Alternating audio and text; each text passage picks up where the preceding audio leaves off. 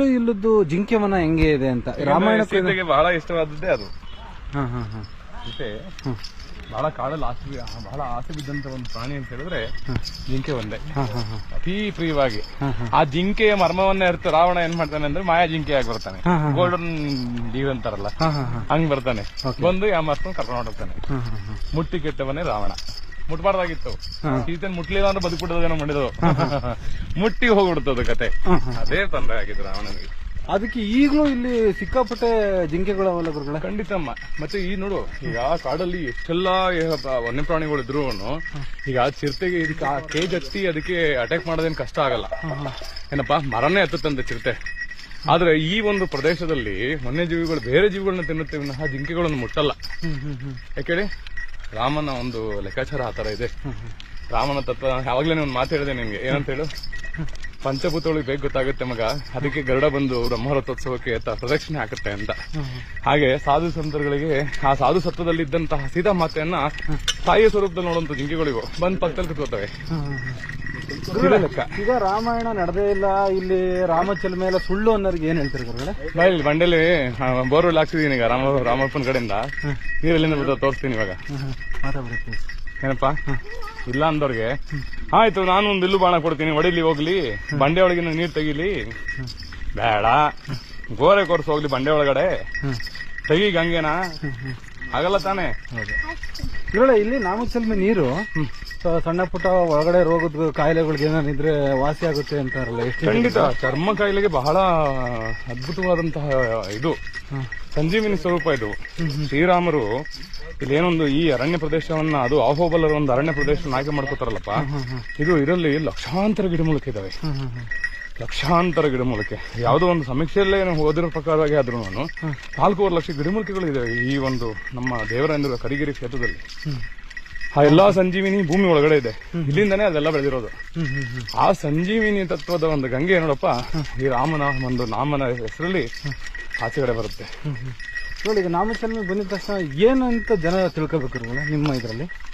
ನಾಮಚಿಲ್ಮೆ ಅಂತ ಹೇಳಿದ್ರೆ ನಮ್ಮ ಒಂದು ದೇವರೇಂದ್ರ ಕ್ಷೇತ್ರದಲ್ಲಿ ಶ್ರೀರಾಮಚಂದ್ರನ ಅಂದ್ರೆ ಮಹಾವಿಷ್ಣುವಿನ ದಶಾವತಾರದಲ್ಲಿ ನರಸಿಂಹರ ಪಾತ್ರ ಹೇಗಿದೆಯೋ ಶ್ರೀರಾಮರದ್ದು ಅಷ್ಟೇ ಇದೆ, ಮತ್ತೆ ಇನ್ನೂ ಅಧಿಕವಾಗಿದೆ. ಮತ್ತೆ ಈ ಕಲಿಗಾಲದಲ್ಲಿ ರಾಮಾಯಣ ಇಲ್ಲ, ರಾಮ ಇಲ್ಲ ಅಂದವ್ರಿಗೆ ಆ ರಾಮತತ್ವವನ್ನು ಹೇಳ್ಕೊಡ್ಲಿಕ್ಕೆ ಮತ್ತೆ ಅಯೋಧ್ಯೆ ಓದ್ಕೊಂಡಿದ್ದು. ಹೌದು, ಕರೆಕ್ಟಾ? ಗಂಗೆ ಬರ್ತಿದ್ಯಲ್ಲಪ್ಪ, ಇದಕ್ಕೆ ಪಂಚಭೂತಗಳಲ್ಲಿ ಯಾರು ಬೋರ್ವೆಲ್ ಹಾಕ್ಸಿಲ್ಲ, ಇನ್ನೊಂದಿಲ್ಲ, ಅಲ್ಲಿ ಗುಹೆಯಲ್ಲಿ ಯಾರೋ ಬಂದು ಇದನ್ ಮಾಡಿಲ್ಲ, ಅರ್ಥ ಆಗ್ತಿದ್ಯಾ? ಸೊ ಆ ತರ ಒಂದು ಕ್ಷೇತ್ರ ಇದು. ಮತ್ತೆ ನಾಮವನ್ನ ತೈಲಿಕ್ಕೆ ಅಂದ್ರೆ ಗಂಧ ತೈಲಿಕ್ಕೆ ಅಂತ, ಆ ನಾಮವನ್ನ ತೈಲಿಕ್ಕೆ ಅಂತ ಹೇಳಿ ಗಂಗೆಯನ್ನು ಹುಡುಕಿದಾಗ ಎಲ್ಲೂ ಕಾಣಲ್ಲ. ಆಗ ಬಾಣ ಬಿಟ್ಟಾಗ ಒಂದಂತ ಚಿಲ್ಮೆ ರಾಮ ಚಿಲ್ಮೆ ಅಂತ. ಇದು ರಾಮನ ಚಿಲ್ಮೆ ಅಲ್ಲ, ಯಾಮದ ಚಿಲ್ಮೆ ಅಂತ. ನಾಮದ ಚಿಲ್ಮೆ ಇಲ್ಲಿವರೆಗೂ ಬತ್ತೇ ಅಲ್ವಂತೆ ಗುರುಗಳಿಗೆ ಅಂತ ಬಿರುಗು ಬೇಸಿಗೆಯಲ್ಲ. ಖಂಡಿತ. ಓಕೆ, ಎಲ್ಲರೂ ಇಡೀ ಪ್ರಪಂಚನೇ ನೋಡುತ್ತಲ್ಲಪ್ಪ. ಇಲ್ಲ ಅಂದವ್ರು ಪ್ರಕೃತಿಯಲ್ಲಿ ಏನೂ ಇಲ್ಲ ಅಂದವ್ರು ಬರ್ಲಿ ಬಿಡು, ನೋಡ್ಲಿ. ಬಂಡೆ ಒಳಗಿಂದ ಗಂಗೆ ಹೆಂಗ್ ಬರಕ್ ಸಾಧ್ಯ? ಹೌದು, ರಾಮನ ನಿದರ್ಶನಗಳು ಎಲ್ಲೆಲ್ಲಿಲ್ಲ, ಬಹಳ ಕಡೆ ಇದ್ದಾವೆ. ಅಲ್ಲ ಹಂಗ್ ನೋಡೋದಾದ್ರೆ ಇಲ್ಲಿ ಒಂದ್ ಕೆರೆ ಇಲ್ಲ, ಓಲಿ ಬಿಡಪ್ಪ ಜೋಪ್ ನೀರು ಬರುತ್ತೆ ಅನ್ನೋದಕ್ಕೆ ಹಿಂದೆಗಡೆ ಬಂಡೆ ಇದೆ. ಫಸ್ಟ್ ಆಫ್ ಆಲ್ ಇನ್ನೊಂದು ಏನಂತಂದ್ರೆ ಬಂಡೆ ಒಳಗಡೆ ಬರ್ತಿರೋದು. ಭೂಮಿಲಿ ಬಂದಿದ್ರೆ ಏನಪ್ಪಾ ನೀನೇನು ಕೇಳಿದ್ದಿಲ್ಲ ಅಂದ್ರೆ ಇಲ್ಲ ಅನ್ಬೋದಾಗಿತ್ತು. ಹೌದು, ಸನಾತನ ಧರ್ಮದ ಶಕ್ತಿ ಆಗಿದೆ ಪಂಚಭೂತಗಳಿಗೆ. ಈಗ ನಮ್ ದಕ್ಷಿಣ ಕಾಶಿ ಶಿವಗಂಗೆ ನೋಡಿದ್ಯಲ್ಲ, ಹೌದೌದು, ಪಂಚಭೂತಗಳಿಗೆ ವಿರುದ್ಧವಾಗಿರ್ತಕ್ಕಂಥದ್ದು ಅದು ಶಿವಶಕ್ತಿ ಅಂತ.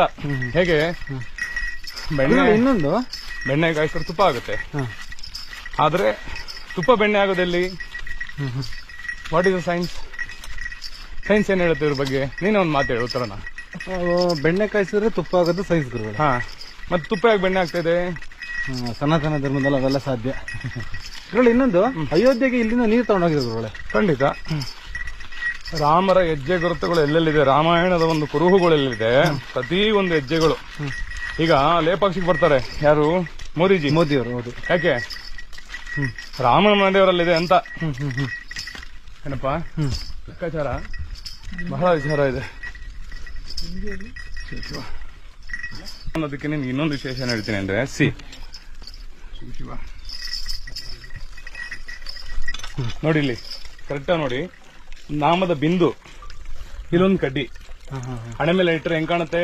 ಹೌದು, ನಾಮ ಕಾಣುತ್ತೆ. ಅದಕ್ಕೆ ನಾಮದ ಚಿಲುಮೆ ಅಂತ. ಅದನ್ನ ಯಾಕೆ ನಾಮ ಚಿಲುಮೆ ಅಂತ ಹೇಳ್ತಾರೆ ಅಂದ್ರೆ ನಾಮದ ರೂಪದಲ್ಲಿ ಅದಿದೆ. ರಾಮರು ಏನೊಂದು ಅದನ್ನ ಇದ್ ಮಾಡ್ತಾರೆ, ಆ ಬಾಣ ಹುಡ್ದಾಗ ಅದು ನಾಮದ ರೂಪದಲ್ಲೇ ಪ್ರಕಟ ಆಗುತ್ತೆ. ಗಂಗೆ ಬಂದು ಇಲ್ಲಿ ಸೇರ್ಕೊಳ್ಳುತ್ತೆ. ಗೊತ್ತಾಗ್ತಿದ್ಯಾ? ಇದನ್ನ ಹೇಳ್ಕೊಂಡು ಇಲ್ಲಿ ಬಂದು ಇಲ್ಲಿ ಗಂಗೆ ಸ್ಟೋರೇಜ್ ಆಗುತ್ತೆ. ಅಲ್ಲಿ ಬಾಣ ಬಿಡ್ತಾರೆ, ಗಂಗೆ ಬರುತ್ತೆ. ಏನೊಂದು ರಾಮ ಒಂದು ಈ ಬಾಣದಲ್ಲಿ ಬರುತ್ತದು ನಾಮದ ರೂಪದಲ್ಲೇ ಬರುತ್ತೆ. ನಾಮ ಹಿಡ್ಕೊಂಡ್ಗೆ ಅಂತ ಹೇಳ್ಬಿಟ್ಟು ಪರಮಾತ್ಮ ಇಲ್ಲಿ ಕೂತಂತ ಸಂದರ್ಭ ಇಲ್ಲಿ ಬಂತು ಗಂಗೆ ಅಂತ ಹೇಳಿದ್ರೆ ಈಗ ಇದರಲ್ಲಿ ನಾಮದ ಕಡ್ಡಿಯನ್ನು ಎತ್ಕೊಂಡು ನೋಡಿ, ಇಲ್ಲಿ ಅಲ್ಲಿಗೆ ಲಾಸ್ಟ್ ಇದೆ ಅದು. ಈ ಗಂಗೆ ಹರಿತಾ ಇದೆಯಲ್ಲ, ಹಿಂಗ್ ಗಂಧ ತೆಗೆಕೊಳ್ಳೋದು, ಇಲ್ಲ ಗಂಧ ಇಲ್ಲಿ ತೆಗೆಯೋದು, ಎತ್ಕೊಳ್ಳೋದು, ಹಣೆ ದೋಸ್ತು ಅಂತ. ಅದಕ್ಕೆ ಇದನ್ನ ನಾಮದ ಚಿಲುಮೆ ಅಂತ ಕರೀತಾರೆ ಇದನ್ನ. ಇಲ್ಲೇ ಗಂಗೆ ಇದೆ, ಅಲ್ಲಿ ತೆಗೆಕೋಬಹುದು. ನಾಮದ ಚಿಲುಮೆಯಿಂದ ನಾಮದ ರೂಪದಲ್ಲಿ ಗಂಗೆ ಆಚೆ ಕಡೆ ಬರ್ತಾ ಇರುತ್ತೆ. ಇದು ರಾಮರ ಒಂದು ವಿಶೇಷವಾದಂತ ಶಕ್ತಿ. ರಾಮರ ಬಾಣಕ್ಕಿದ್ದಂತ ಶಕ್ತಿ ಅನ್ಕೊಳ್ಳೋಣ, ಡಬಲ್.